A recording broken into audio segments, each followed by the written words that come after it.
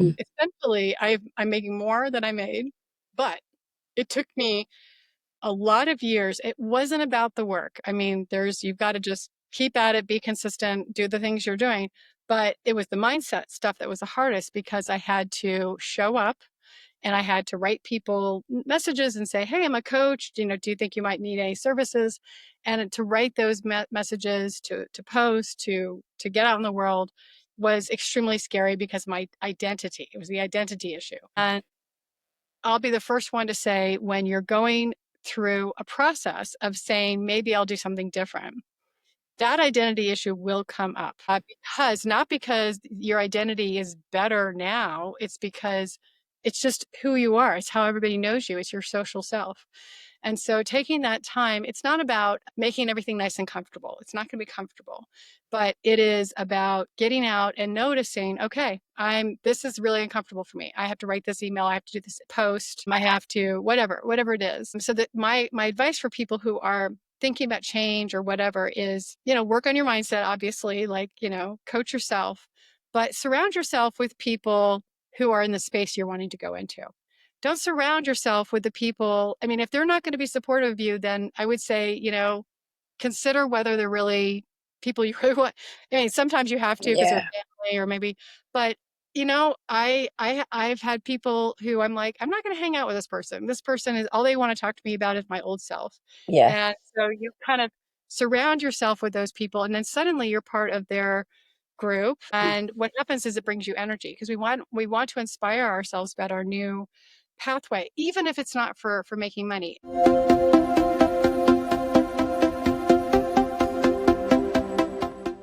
Welcome to your Wordless podcast, the space where we redefine success, self-worth, and transformation. I am Nierras, the soul-centered architect of transformation, helping you unlock your highest potential and build a legacy beyond limits. Now, whether it is self-mastery, career breakthroughs, or wealth creation, this is where change begins. Now let's dive in.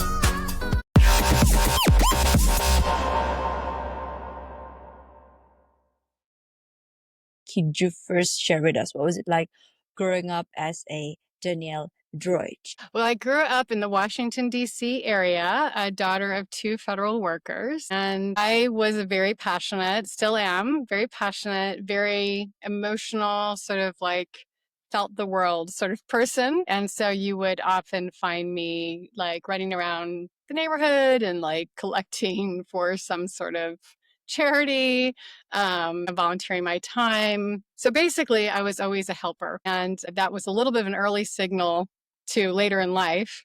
But because when you live in the Washington, D.C. area, there's this sort of pressure and push for achievement. So I kind of ended up, I was actually just talking to a high school friend yesterday about this, like this idea of like, oh, yes, we're all pushed. Like when you're there's always this vortex of pushing for the highest achievements. So I did end up going into the legal field and got a law degree and sort of pushed myself in that space. But we'll talk about it more, but the little helper that was running around the neighborhoods of Arlington, Virginia, was really sort of what I like to call my essential self. It's funny how it all comes to it's a full circle, right? The very thing that we suppress since we're kids is gonna surface when we're older, and if we're not aware, the universe is just gonna, sprinkle its dust, I don't know, yeah, that magical dust, and just either push it aside or shove it out of the way, either by, losing a job or maybe being diagnosed with something critical, things like that. What is your backstory with your career, former career, and then what made you take that leap into what you're doing now? Yeah. So I discovered environmental sort of advocacy while I was in college. And so that is the space I've been in. And I'm actually still there for 30 years. So a long time. And right after college, I sort of started to pursue that. Like, how can we clean the water, clean the air, all of those. And sort of that became my helper. But I very quickly was like, well, I have to go to law school to do that. It sort of pushed my sort of that achiever in me. And yes, lawyers do all the time do wonderful things for the environment. So it was like, it seemed perfect in many ways. And I still even practiced that space a little bit. But what happened was I spent 30 years, I worked for many, many organizations, local organizations. I worked for national and international organizations in the US and Canada. And so I've been very focused in both of those countries. But like I said, it's been 30 years. So in 2015, I sort of just hit a block. I just started to realize that I was no longer growing. And this may be true for some of your listeners, just this like feeling of not moving forward, feeling something's missing. Burnout is another one. But you just don't feel like you're like in the right place, but you're not sure what comes next. And that was me. I didn't know what to do. I wasn't like clear. And so a lot of what I do today is help people think about what it looks like for them the next step. But for myself, I did not know. And so then I hit that wall and I ended up going on this like big journey of volunteering and helping and exploring. And it's just a lot of different things I ended up doing. And of course, I ended up in the space of coaching and helping people think this through, but it wasn't without it's like, going down pathways that weren't quite right for me, etc. So, yeah, that's what happened. So how did you navigate? Like, I want to zoom in when you felt this is not working out. I need to move away. So what did you do? Who did you turn to? And what were the reactions, especially from the people around I Yeah. mean, in your circle? Yeah, and I know that a lot of people go through this. They don't necessarily share that they're going through it, but I certainly didn't share for a really long time. Like it probably for me it really didn't start in 2015. Probably started probably in 2010, 5 years earlier. In the beginning, you're just like thinking about it a little bit and you start poking around and looking and you're like, well, maybe in my case, I was like, I'm working on water protection. So maybe if I just switched over to a different issue, it'll be more interesting. And I did that. And I did get a little bit more interesting for me. So I was like, okay, that's what I need to do. I need to switch the issue I work on. And sometimes in organizations, people will switch like roles. Like maybe I'm not in marketing anymore. Maybe I'll be in product development, whatever. But that's kind of what you do is you play around a little bit, you play and but I was doing a lot of that and I just started to notice I was like the energy was really low. I was bored. I maybe even got irritated with very basic things, just not energized. And probably the biggest question in my mind at the time was like, is this it? Is this Yeah. my career? Like, oh, okay. Well, if this is it, this is not quite what I envisioned for myself. So anyway, so then I went on that journey and the journey was for me, it was very long because I didn't have any help. I didn't have any assistance. I didn't have any ideas. I just had to kind of figure it out myself. Like I was reading a lot. But I think when I started to align better, it was a couple things. So one would be like I tried different things out. I like volunteered to do things that I thought, oh, well, if I do that thing, maybe that'll be interesting. So I volunteered at a domestic violence shelter because I really care about women or men who are fleeing domestic violence. And so I worked in the shelter. I started to help families who were trying to immigrate and flee violence in other countries. So I worked with an Afghan family to help them resettle into the U.S. But I also did other things. Like I just started to just research and talk to people and ask questions. And it was frustrating because nothing was feeling quite right. Hmm. But what ultimately happened is I allowed my intuition to start to carry me a little bit because I was trying to think it through. Do not try. Well, Yeah, it's really it's like the head and heart thing, right? So your head is exactly. like, I think that if I work with these people, I will feel better. If you're curious about something, it might be your intuition speaking. It may not be. We can be curious about everything, right? Just because you're curious about being an astronaut doesn't mean my intuition tells me I need to be an astronaut. But my curiosity was really piqued around this idea of coaching. And Mhm. so I kept seeing stuff, things came across my inbox, and my brain just kept saying, what is that about? Because coaching, even this is now 10 years ago, were like, was still nascent. And there's a million Mhm. coaches out there who can call themselves coaches. So I was like a little skeptical too. Anyway, so I was, but curious. I was like, what is this whole thing?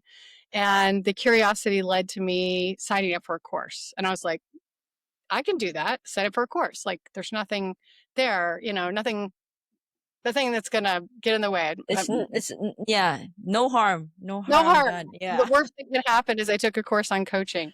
Yeah. And then I got into the course and I found a good course. It's actually just for your listeners, Martha Beck. She's Oprah's life coach. So it wasn't Ooh, because she was okay. Oprah's life coach, but it was because her program was incredible. It's just like life changing. So even I went through the course and it changed my life and I didn't need anything else. I didn't even need to start a business. I just was like, this is great because you have to coach yourself and you have to do a lot of stuff in order to even think about coaching someone else.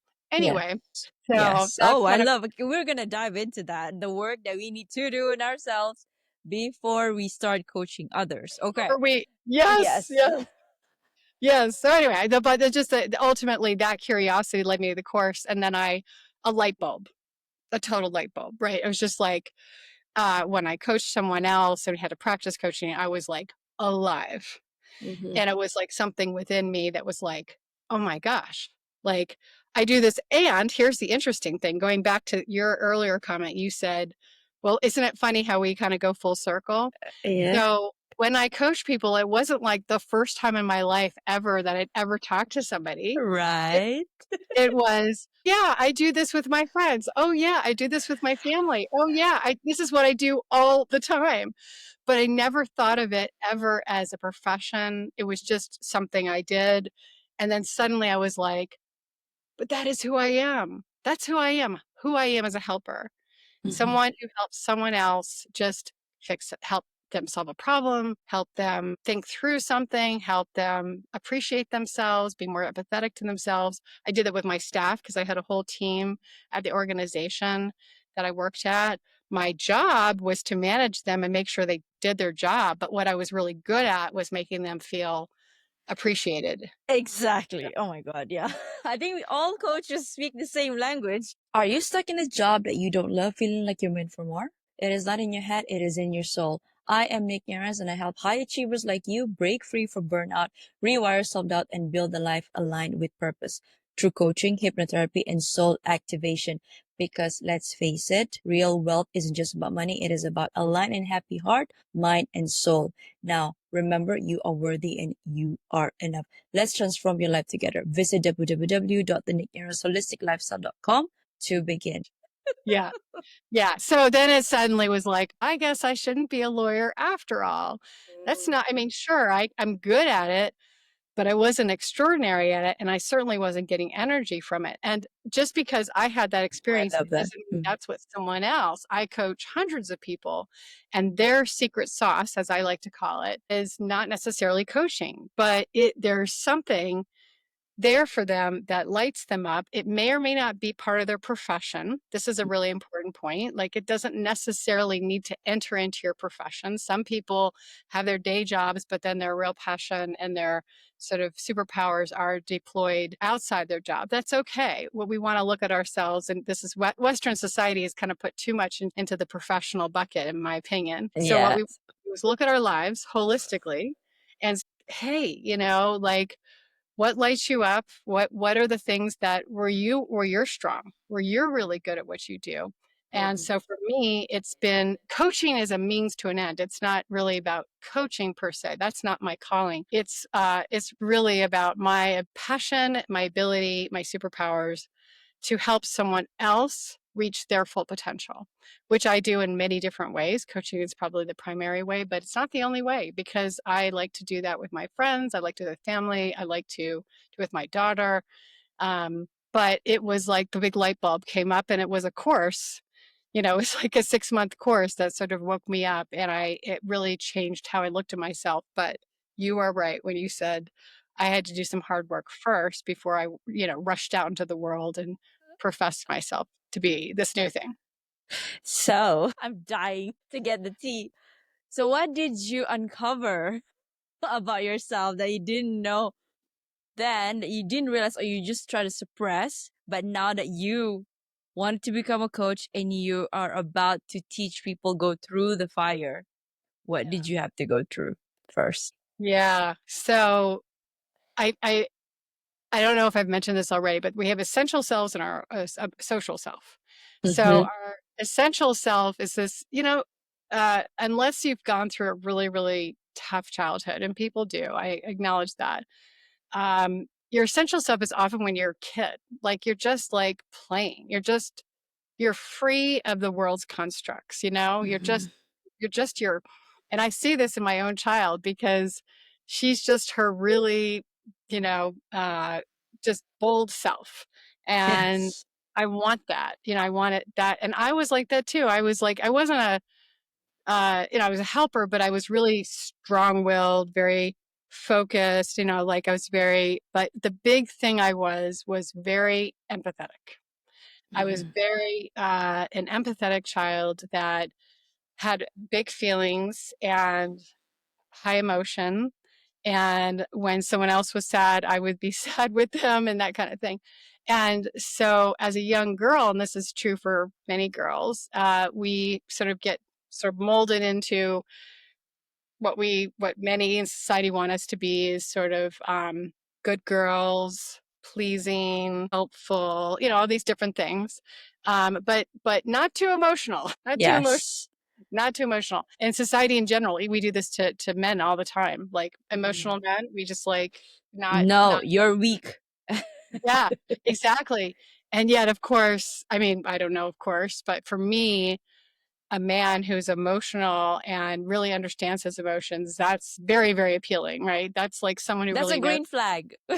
That's a green, yes, it's a green flag. Yeah, it doesn't mean you have to run around crying. I'm talking about Yes. like, yeah, I'm talking about like you like are in tune with yourself. And so I think as a child I was in tune, but I grew up in the 70s, and I think that I might have gotten a lot of signals that being very emotional was a little bit over the top.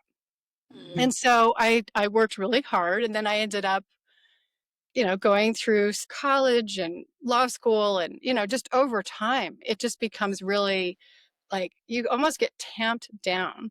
It's like, oh, be professional. Oh, be this. Oh, be that. And so when you said the word suppressed, that was like ding, ding, ding, ding for me because I had totally suppressed my Mhm. emotion. I ended up having mentors who were extremely effective in the workplace, and I mimicked, I pretended to be like them. I was like, oh, they were so effective. And they would walk in a room, be like, chop, chop, chop, they would take control of the room. And so I did that stuff, and I saw it was effective, quote unquote. Um, but I really put away this emotional part of myself because I thought it was bad. I thought Mhm. that part of me was a bad part of me that was ineffective. And I remember when I was in the program and they want you to tap into, like with the coaching program, they want you to tap into your intuition and really connect to yourself, like connect to that part of you that is listening with your heart, not with your head, and like really hearing what someone else has to say, showing up for them in the most empathetic way. And suddenly, none of my lawyering was required. Like that wasn't important.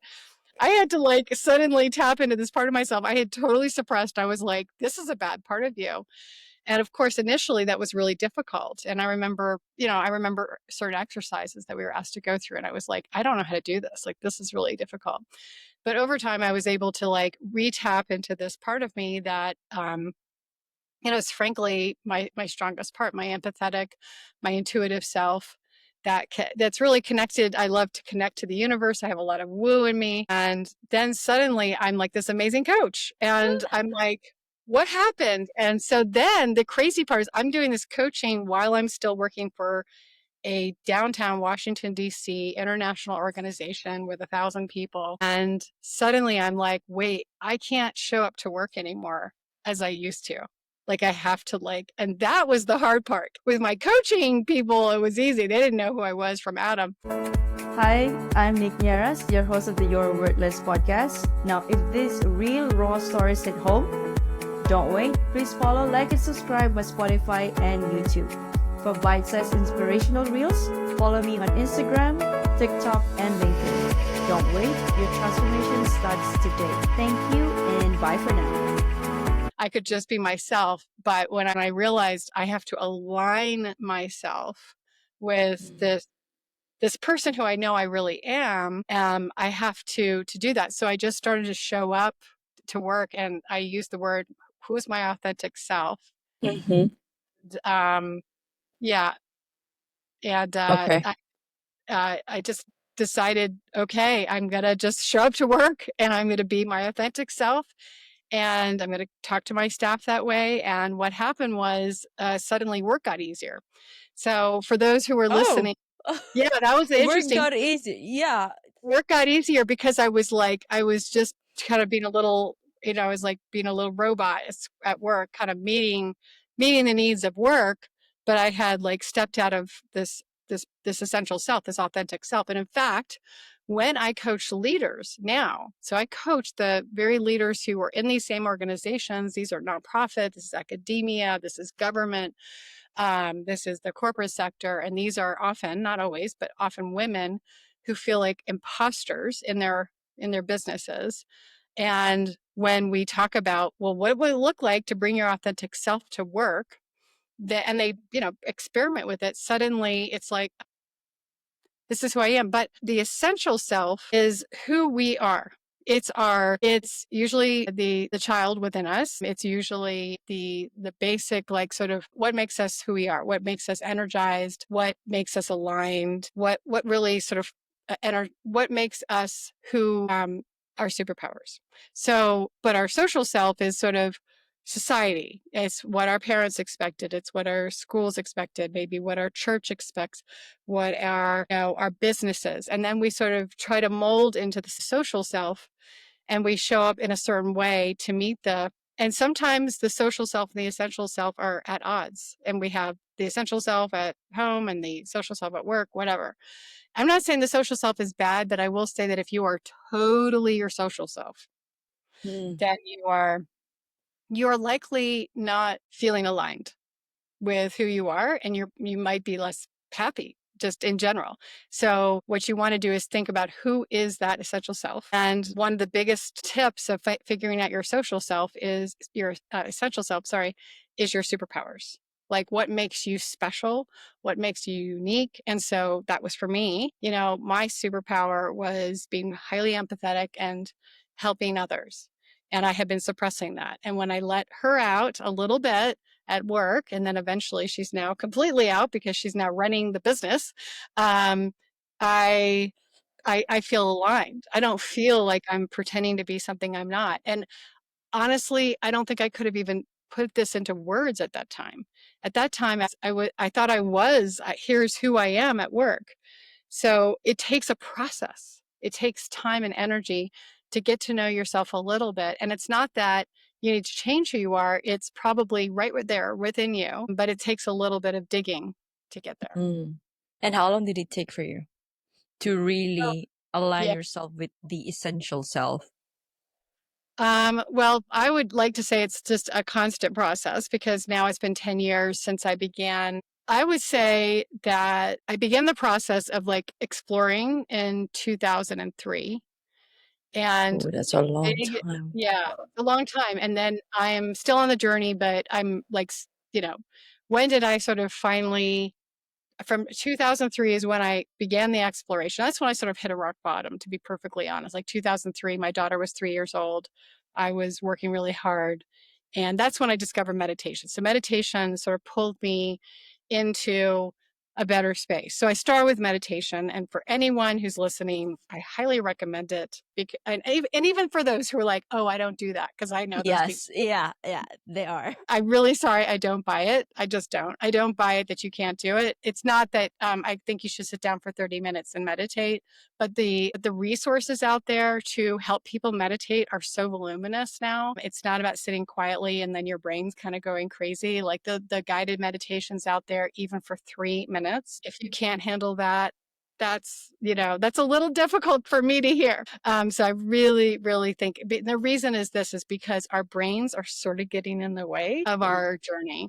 So we have to be able to clear our brains just a little bit in order to allow the journey. So for me, meditation was a game changer because I was able to like get out of my head just a little bit and get into my body. And I didn't need to think it through. I need to feel my way through. So that's where it began. But I didn't start the this coaching program for a couple of years. So it's still, I'm still on the journey, still looking. And then it was a couple of years after that, after I sort of decided, oh, I think I'm a coach. I needed to build my coaching practice as a side hustle to my job. And so I was full-time working Washington, D.C., commuting every day downtown, a couple blocks from the White House, on Wow. Hill, constantly lobbying, trying to change the laws. Very, very intensive role. And I was coaching in the morning, in the evenings, and the weekends. And then I built my practice up to a certain point where I finally realized, oh, I could actually leave this job, and that's what I did in 2018. So anyway, I'm sorry, the dates are more 2013, 2015, 2018. So I would say it was about a full 5 years from wake up to unplugging from my day job. And then the journey continues because every day, every year, I'm like readjusting, but I know I'm on the right path. I'm on the journey, and it never ends and never should end. Exactly. And just for those listening right now, I just want to point back to the part where you said meditation is not for me.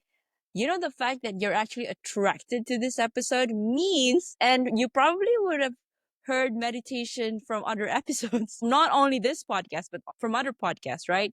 It's actually a sign from the universe. Now, I don't think anything is a coincidence. I am a big believer of that. And so when you said that the time for you to uproot anything that were not you to begin with, it's a never ending process. But the key to it is that we're aware first. And then now we're peeling up the layers as, as the day goes by. And the people that we meet are actually mirrors, or they're reflectors to whatever it is that we're trying to suppress. So I would word it in the sense that, sometimes when we're on that journey, right? It's a trigger. There are triggers when we meet certain people that we don't like. There are triggers. There's actually a signal for you to address or solve that issue within you. And so for me, it was kind of similar. So 5 years ago, I think, 2019, I had my divorce. And so that was the start of everything. I started questioning my worth, because why is it that I've devoted myself to the person that wanted to marry, and I did marry, but then things didn't work out. And so who am I? So I had to unlearn all of those things about tying. So that's number one. Because I also was an overachiever in a very bad way. I think overachieve, it's you can phrase it as in a good way, because you're reaching your highest potential, right? You're trying to reach your highest potential. But in my case, it was bad because I was always trying to prove my worth through accolades. And that kind of bit me in the, excuse my language, ass. After I tried to pivot from the divorce, I didn't want to process it. So I said, okay, love is not for me. Let me just focus solely on the work or on career, because that's what I'm really good at.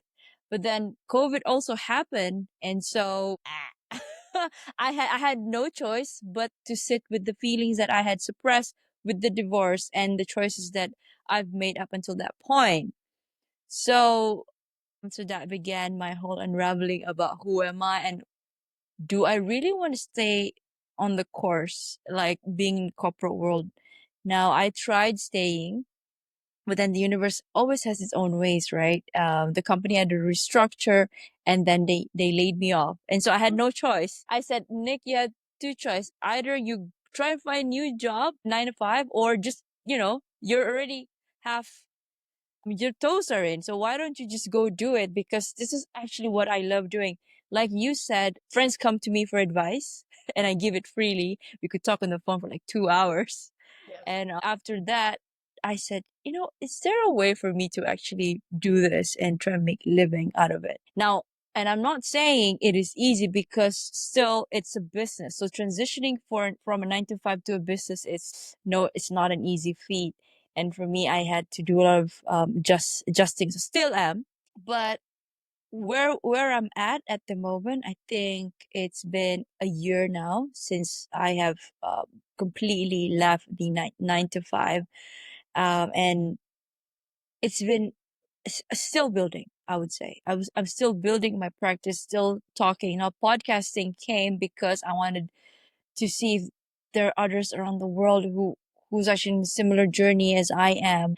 And I thought I was gonna go insane, because when you're going through that, we call it quote unquote dark night of the soul, it is scary because you're facing those very parts of yourself that you do not want to face. But once you're through it, but there's not just one dark night of the soul there, but then you become more accustomed, you become more I would say proficient in handling those moments when you fall into the pit. It's probably gonna get easier for you to climb out of the pit again. And next time I don't go through this, I probably would have jumped or, learn, take the other measures. So the people listening to this podcast right now, Danielle, if they said, okay, what Nicole is saying is making sense, and also Danielle, so what do I need to do now? I am trying to make the switch, or I'm trying to learn. So, say somebody wants to bake, but I don't know if baking could actually pay the bills. Right. How would you help them? Yes. Yes. That's so good. My gosh, everything, so much you said there was amazing. Like, yeah, then you like asked me this question. Can I say something about something you said first before I answer that question? It, Yes. this thing of identity is so important. Like Mm. what you said about your identity is so, so important because we are created in this, world, and then we become these identity. We build, and I'm watching my tween right now, like build this like identity. And I can see she's trying things on for size, and she's like getting all sorts of opinions, like I think that's wrong, and I think this is unjust. And I just see all this stuff happening. And I think, oh my gosh, that's what I went through. Of course, everybody goes through their like identity and they create it and they practice and then they grow up and then suddenly we have this identity. And sometimes our identity is in your case, you were like, this is true for me too. Like you get an identity through a marriage, and you get an Mm. identity through a job or a career. Yes. You get an identity through maybe a degree.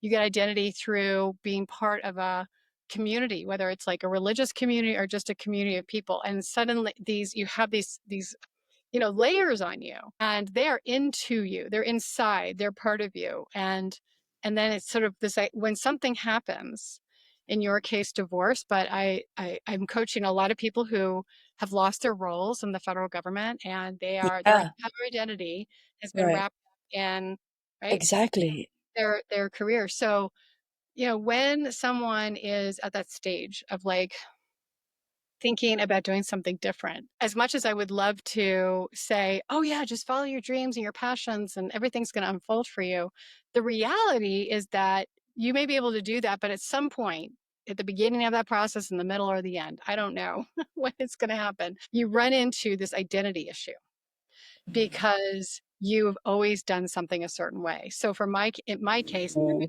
Mm. too, when I became a coach, like when I decided, oh my gosh, this is amazing, I'm going to be a coach. Well, guess what? It wasn't a like straightforward, non-rocky road at all. The light bulb went off. I was like, oh my gosh, this is my calling. This is what I'm good at. This is where I know I can make a powerful change in the world. And I had 0 clients, and I was making, a good amount of money.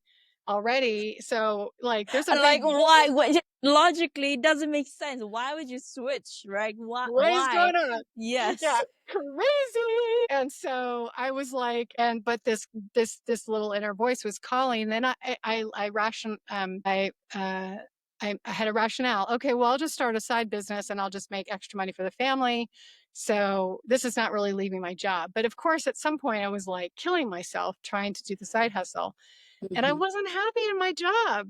And so there was the, moment of truth where I was like, I really want to leave this job. I want to go. But that I had not made anywhere near enough money. I just had to do something. It was a big decision. And then also I had to like tell people that I was a coach and not a, I mean, Lawyer anymore. can you imagine? Like, even to this day, I think people are like, what is she doing? She's Oh my crazy. God, Danielle, I face the same issue. I mean, you're what, 10 years in, and I'm 1 year in, and they're like, Nick, weren't you? What's I mean, you happened were, here? yeah, you were an accountant, but why? Why? How Right, do you right. make money? And then Yeah. none of my friends are like, they're, I love them, but then they're like, they're flabbergasted. Like, okay, so you podcast, how do you make money from Right. podcasting? And then This is you all my go, kids. yeah, How do you make money? What's the thinking here? exactly, When exactly. for until very recently, I would not post on LinkedIn. Like I Okay. was like, I'm not going to do LinkedIn. I'll do Facebook, but I won't do LinkedIn because I don't want anyway. I I will say it took me years to shed. I'm an environmental lawyer and policy person. I mean, I still do a little bit of that because it brings in a little bit extra cash for me. Most of my money is now from the coaching and I coach and consult, but it's all in the coaching space. So now I'm higher. It's taken me 10 years, but I've done it. And I could shed my environmental consulting work, but I don't want to because I kind of enjoy doing a little bit of that. So essentially, I'm making more than I made, but it took me a lot of years. It wasn't about the work. I mean, you've got to just keep at it, be consistent, do the things you're doing.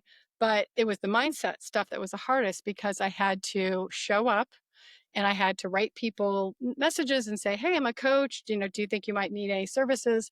And to write those messages, to post, to get out in the world was extremely scary because it was the identity issue. And I'll be the first one to say when you're going through a process of saying, maybe I'll do something different, that identity issue will come up because not because your identity is better now, it's because it's just who you are. It's how everybody knows you. It's your social self. And so taking that time, it's not about making everything nice and comfortable. It's not going to be comfortable, but it is about getting out and noticing, okay, this is really uncomfortable for me. I have to write this email. I have to do this post. I have to, whatever it is. So that my advice for people who are thinking about change or whatever is, work on your mindset, obviously, like, coach yourself, but surround yourself with people who are in the space you're wanting to go into. Don't surround yourself with the people. I mean, if they're not going to be supportive of you, then I would say, consider whether they're really people you really want. I mean, sometimes you have to because Yeah. they're family or maybe, but I've had people who I'm like, I'm not going to hang out with this person. This person is all they want to talk to me about is my old self. Yeah. And so you kind of surround yourself with those people and then suddenly you're part of their group. And what happens is it brings you energy because we want to inspire ourselves about our new pathway, even if it's not for making money. That question, like, how do you make money, is, I think, we're always driven by. Of course we are. We have to pay our bills. But Roof over our head. coming to your question about what about the person who wants to cook? Yes. Yeah, sure. By all means, I want that person to imagine themselves, with a business that is making six figures and they are cooking all the time. But when our brain goes to, how can I make this into a business? We have Oh my lost. God. Oh my God. Yes. Yes. Yes. It's just, when I started coaching, and I'm embarrassed to say this now, but I'll just say it now. I charge $20 an hour for my coaching services. That is not how much I charge now. Like not even but I remember like going, okay, Why? Why would people want me coaching them? Right? I'm yeah, sure that I those was are like, like the I will do questions. it for free, but we were required in our program for certification to get paid. So I charged $20 an hour for way too long, but I built a whole business on it. So eventually I was able to like move my prices up, without any problem. But I was, had a money mindset issue and all that kind of thing. But, really, if I spent all my time trying to figure out how to make it into a business that could fully pay my bills, I would have given up. Most coaches give up, and most coaches here. So, and I know most small businesses fail. It's just, probably just a statistic that is just true. It's really, really hard to be an entrepreneur, to get out in the world. And the only thing I say to people is it's really about consistency over time, and then building, continue, like making sure your rates are, all, what they should be, making sure that you're thinking about, all the good business practices. But for me, it took me 10 years, and not even 10, I mean, probably 7 years to get to a place, but I had to work my hardest. And all the people that I was surrounded by in the coaching program, I think they left and they went back to their old lives. And I don't No judge. way. Really? Yeah, I just think I think a lot of coaches have trouble. I know it's a hard business to get in. It's a hard business to build, but for those who have a passion, and consistency and tenacity, Hmm. you can build anything. I think you can build just about Exactly. anything. But it isn't about trying to. So for the person who's like, I'm excited about cooking, or insert your passionate thing right into there, I'd say just do the thing and just get started and play and treat it in that space of where it lifts you up. If you're spending all your time trying to figure out how to make this into a business and how to add it up, Yes. you're in this really negative space. And so for Hmm. me, it always been, how am I going to make enough money so I can just keep this thing going? And so I've brought in other monies from other sources, and then the coaching has become more and more and more the thing that it becomes the main thing. But it wasn't that Hmm. initially, and I did it day after day after day, month after month, year after year, because it lifted me up. So I was driven by my energy, not by the money. Oh, I love that. Because money is energy. If you step into the space where okay, if it's easy, everybody would be doing it, Yeah, yeah, right? yeah, And because it's not easy, but the universe requires you to show up. And if you want to, there will be ways for you to get there. And you just, I mean, I don't know who quote. Yeah, there's a quote in my head right now, but I don't remember who quoted it. It says, I think Usain Bolt, was it Usain Bolt? It took 10,000 hours to become a master at something, to run at, that fast for like around 53 seconds.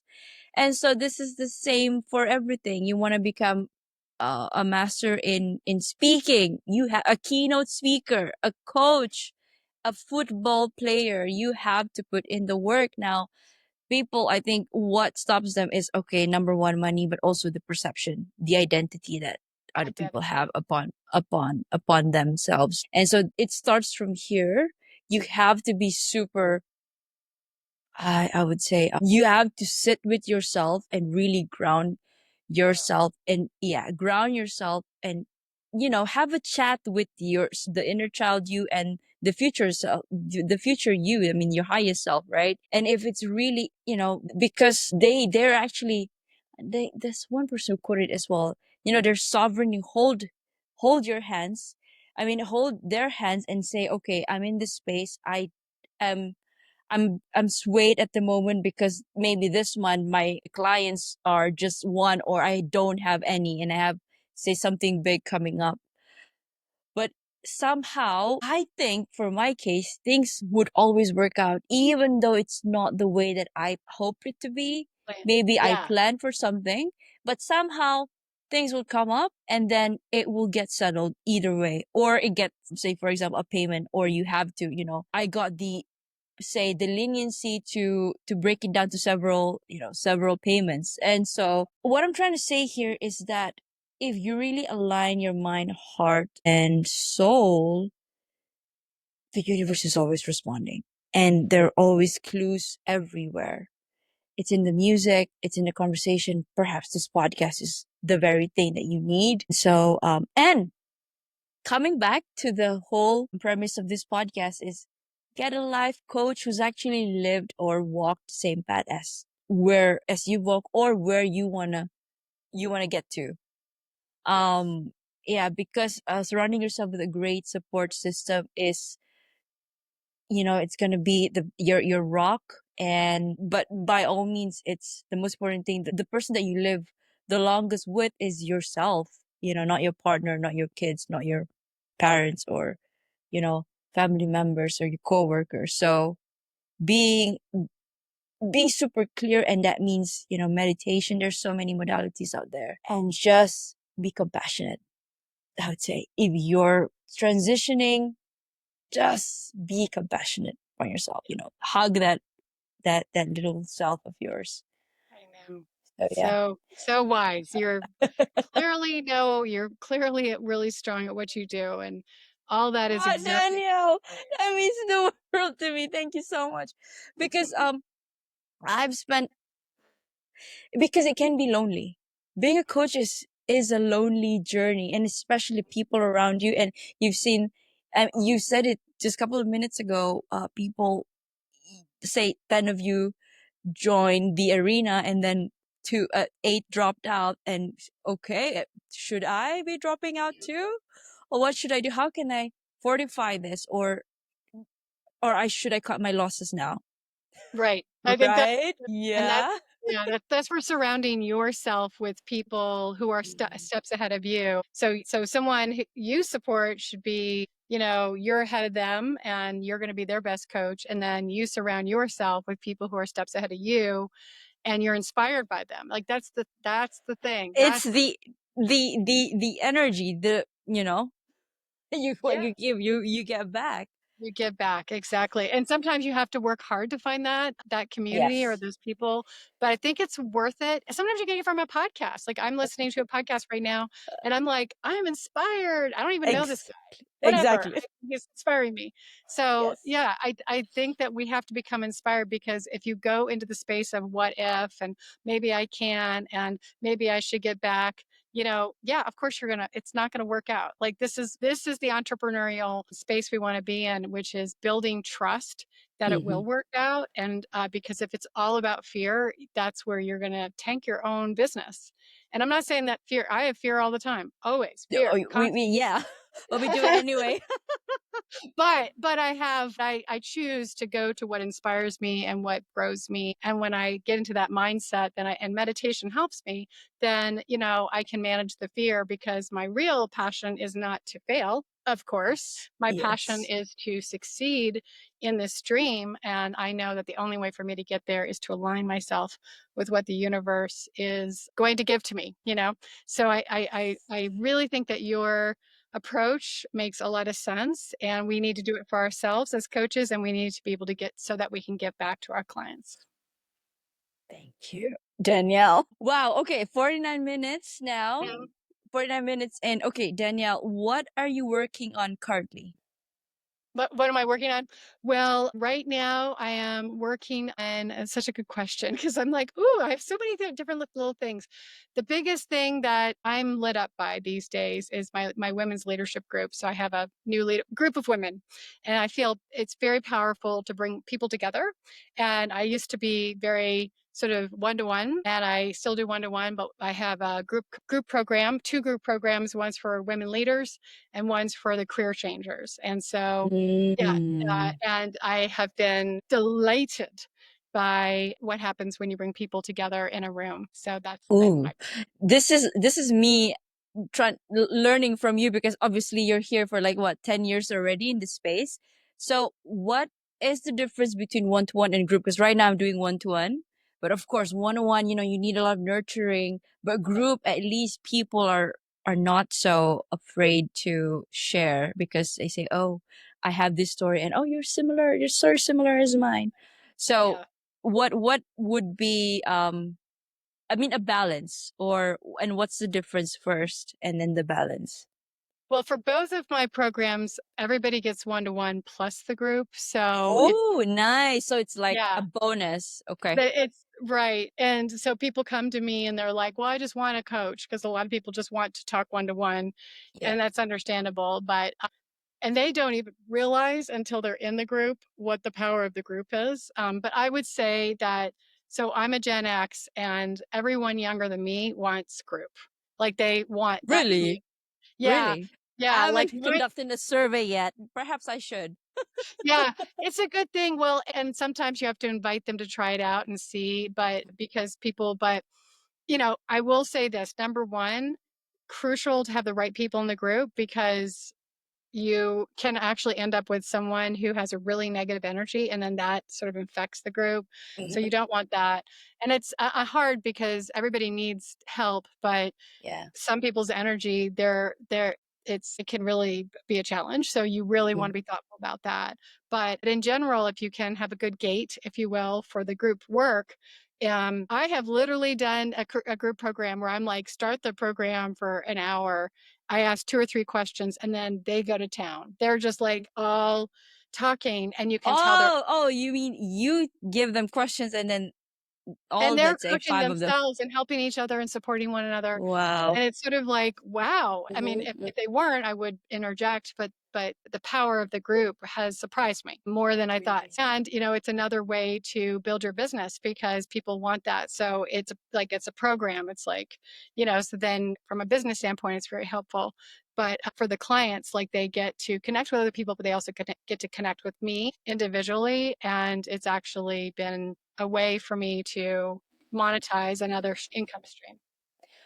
I think this is a sign from the universe. Nick, you have to start thinking about setting up a group. Yeah. Mm. Yeah. And we're so Okay. comfortable now with online and virtual that like it's not, it's really COVID has brought a few gifts, not many, but Right. Yeah. people are really happy to get on Zoom. In the past, they were when I started Dreading coaching, it. Yeah. everything had to be in person. I had to go meet people. Now nobody wants to meet anymore. And I don't even have clients in Salt Lake City, Utah. If you're really listening No. from Salt Lake City, Utah, reach out because I'd love to have but yeah, so I think it's really powerful and it's easy. It's really easy to do. So think about it. And for those who are listening, like there is real power in group. This idea of gathering people together and doing something, whether it's cooking or crafting or whatever it is, right? It's like people want community now more than ever. And we need facilitators. I'm gonna go and brainstorm about that after this. Do it. Do it. I love it. Okay, I've got some ideas and I've got some people in mind right now. Okay. Good. All Good. Do it right. right after we talk. This is exactly Yes. right. Yes. Okay, Danielle. So, okay, we're gonna pivot to a self-worth question. Okay. So, after our conversation, I feel the question for you is, how have your definition of self-worth evolved now that you're here? You're where you're at right now. Oh, what a good question. Oh my gosh. Yeah, my self-worth has like taken a like I'm thinking about it like a going around the moon, just my self-worth was 100% tied up in societies like when you go to LinkedIn, that's what I was wrapped up in. Did you get recognized? Did you get a title? Did you get, Positive feedback for yeah, your evaluation. yeah. Did you get that? Great. Did you get like even money? Like I like money. Let me just tell you, I love Oh yeah, money. I love Money's money good. too. Yeah, money's good. Money's good. I deserve money. I am attracting money. Yes, Money is coming my way. But I'm not exactly. defining myself in the same way. It's money for my life. So my worth is so not wrapped up in that. And I see people, it is their identity, everything is wrapped up in that societal thing. And I get it because I grew up in Washington, D.C., where that is pretty much what mattered.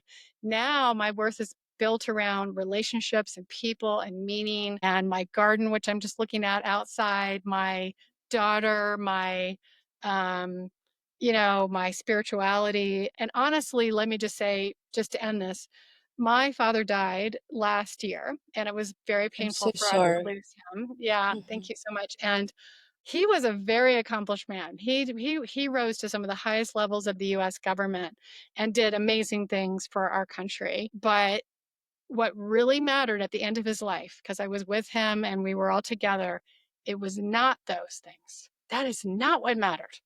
What mattered was his friends, his family, the impact he left, the people he changed, the love he brought everybody. It was like not about those. And so it's like, if you just want to even take that moment to think, what is the legacy I want to leave in this world? In terms of it's not going to be a title. It's not going to be an award. That man he had millions of awards. We still have his awards. We're still trying to figure out how to deal with his awards because we don't want to throw them away. That is not what was important to him in the last days and months of his life. It was about the legacy he left as a human being. And this is what we've lost as a people. We just have lost it. We have got to get back to this. Who are we as people? Who are we in our terms, our character and meaning and impact? And that's why what you did, Nicolette, is beautiful. You found your passion, your truth, and you are pursuing it, and you will be so grateful, and your family will be grateful for that change that you made, because it's not going to matter whether you were an accountant or not at that time. And so I think we all have to grapple with this, whether or not you stay in your profession, because what really matters are the stuff of character and the stuff of life. Thank you, Danielle. I needed that. Thank you. That was beautiful. Okay, so Danielle, how can people reach out to you? So I'm on LinkedIn. Speaking of LinkedIn, I'm on LinkedIn. You can find me there. An easiest way to connect with me that is there. I have a website, Time for Wellbeing, but it's the number 4, timeforwellbeing.com. I have lots of free resources for those who are navigating change. Awesome. So any last message before we wrap this episode? No? I think you've imparted everything. For that, thank you, Danielle. And for our listeners, that is a wrap on today's inspiring episode with Danielle Droitsch. Thank you, Danielle, for the work that you do and for continuing to uplift the world and others with your work. So for our listeners, this has been your worthless. Read that again, the juxtaposition of your very soul. If you've ever felt worthless, remember you are not alone. Your soul chose to be here to matter. And for that reason alone, you are worthy. A huge thank you to you again, Danielle, and to all of you for listening. Until next time, I am Nierras. Keep shining, keep growing, and always remember, you are worthy and you are enough. See you in the next episode. Thank you, Danielle, for your time. Thank you so much. Love this episode? Now, transformation doesn't end here. Head on to @holistic.lifestyle_with_Nick, that is on my Instagram, or head on to my website, www.holisticlifestyle.blog for more info on my coaching framework, which is the Worthy, Authentic, and Abundant Framework, digital guides, and my upcoming events such as retreats and master classes and workshops. Now, I also do intuitive readings where we get to check on your soul path. And if you're also wanting to check on your energetic alignment, I have done that too. And I offer that kind of services. So, my question to you is, are you ready? Because I am. Let's create your together. Hi, Danielle. Good morning to you. How are you doing today? Oh, I'm great. Thank you so much for having me. Well, thank you so much for saying yes to be interviewed today. I'd like to introduce myself to you formally and to all of our listeners tuning in for the first time or my returning subscribers. Hello, this is Nicolette. I am the creator for the podcast titled You're Worthless. Read that again, the juxtaposition of your very soul. Now, today we're going to talk about figuring out what it means to do the work that you love. But first, we are going to introduce Danielle to the world, and then we can get right into our conversation. So, hello everyone. We have Danielle Droitsch here with us. Danielle is an executive and leadership coach, empowering high-achieving professionals, especially mission-driven ones, to discover their superpowers, love their work, lead confidently, and achieve well-being. Now, in 2015, she experienced burnout herself despite having a dream job. Now, she sought to discover if she still could create a positive impact to the world while having a life and career that she loves. So I think she did just that, and she's doing it right now. So we're gonna dive into that. Welcome to the show, Danielle. Thank you so much. Okay, Danielle, I'd like to take the listeners and the guests trip down memory lane. Could you first share with us what was it like growing up as a Danielle Droitsch?